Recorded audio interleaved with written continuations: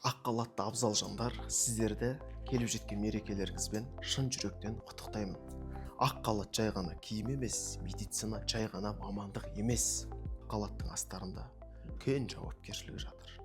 Адам өміріне деген адалдық жатыр. Ақ халат туралы айтқан кезде оның астарында бірнеше маңызды нәрселер бар. Жауапкершілік. Жауапкершілік деген нәрсені ол жұмыс істеп жүру емес, оқуға түскен кезде, медицинада оқып жүрген кезде адам өз-өзіне алып қояды ол жауапкершілікті. Адамның өміріне жауап беремін, адамның өміріне құтқарамын. Тазалық дегеніміз ол медицинаның жалпы символы. Сырт көріністің тазалығымен қатар істің тазалығы. Кез келген жағдайда агрессивті адамдармен жұмыс істеген кезде сабырға келтіру. Әрине бұл да тазалық.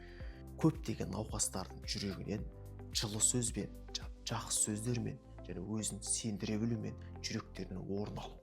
Бұл да бір тазалықтың белгісі. Адалдық. Әрине түрлі инфекциялық жағдайларда, COVID-19 кезінде болсын, медицина мамандары жалпы осындай қиын сәттерде өзінің жұмысына адал болып, соңына дейін күресіп, соңына дейін жеңіп шықты. Осындай қатерлі жағдайларға қарамастан батырлық. Жалпы медицина саласында жұмыс істейтін ер адамдармен қатар әйел адамдардың жалпы барлығына тән нәрсе.